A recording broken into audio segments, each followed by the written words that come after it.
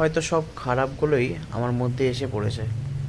দেখো, নতুন দোকান খুলেছি, আর কীরকমভাবে বৃষ্টি পড়ছে।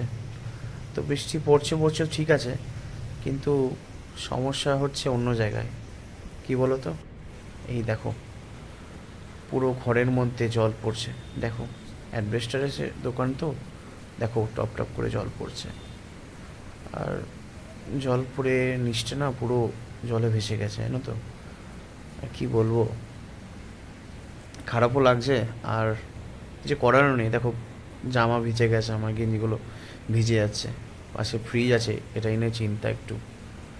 তারপরে দেখো, এই সামনেটুকু জল, প্রচুর প্রচুর জল এসছে, মানে এত বৃষ্টি, হাওয়া দিয়েছেন বৃষ্টির সাথে, তাই জন্য ছাট উঠে এসছে।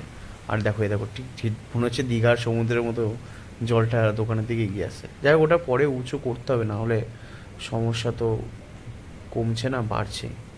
দেখো, নিচটা পুরো জলে জল, জলে জল পুরো। এটাই খুব খারাপ লাগছে, নতুন দোকান খুলে এরকম হচ্ছে। বাবাও একটু চিন্তিত, কিন্তু কিছু করার নেই আমাদের, আমাদেরও দু হাত পা বাঁধা। তার মধ্যেই আমরা কষ্ট করে একটু কাটাচ্ছি। যাই হোক, তোমরা প্রে করো যেন আস্তে আস্তে এটা রিকভারি করতে পারি, এখানটা রটিয়ে ভালো করে ঠিক করে বাঁধিয়ে নিতে পারলে আশা করি জলটা আর ঢুকবে না। দেখো, আমি ডুয়েল ভিডিও করে তোমাদের দেখাচ্ছি কীরকম অবস্থা। জল এতটাই পড়েছে, পুরো ভিজে গেছে।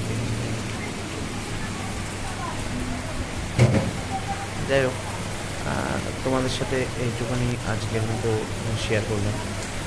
যদি ভালো লেগে থাকে অবশ্যই আমার পাশে থেকো, আর লাইক, কমেন্ট, শেয়ার করবেন। এবং জয় মা তারা সবাইকে।